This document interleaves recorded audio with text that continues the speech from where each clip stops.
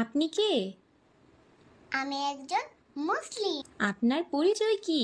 আমি হযরত মুহাম্মদ সাল্লাল্লাহু আলাইহি সাল্লামের উম্মত। আপনার ধর্মের নাম কি? আমার ধর্মের নাম ইসলাম ধর্ম। আপনার ধর্মের কিতাবের নাম কি? আমার ধর্মের কিতাবের নাম আর কোরআন। আপনার নবীর নাম কি? হযরত মুহাম্মদ সাল্লাল্লাহু আলাইহি সাল্লাম। আপনাকে কে সৃষ্টি করেছেন? আল্লাহ। কার হুকুমে রাত ও দিন হয়?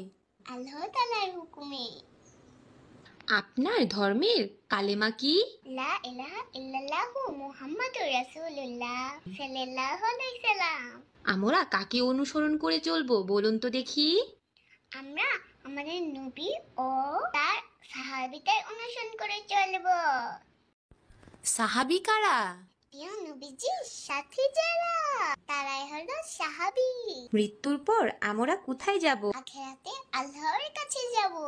ভালো কাজ করলে আল্লাহ কি দিবেন? ভালো কাজ করলে আল্লাহ জান্নাত দিবেন। মন্দ কাজ করলে কোথায় যেতে হবে? মন্দ কাজ করলে জাহান্নামে যেতে হবে। বুঝতে পেরেছেন তো সবাই?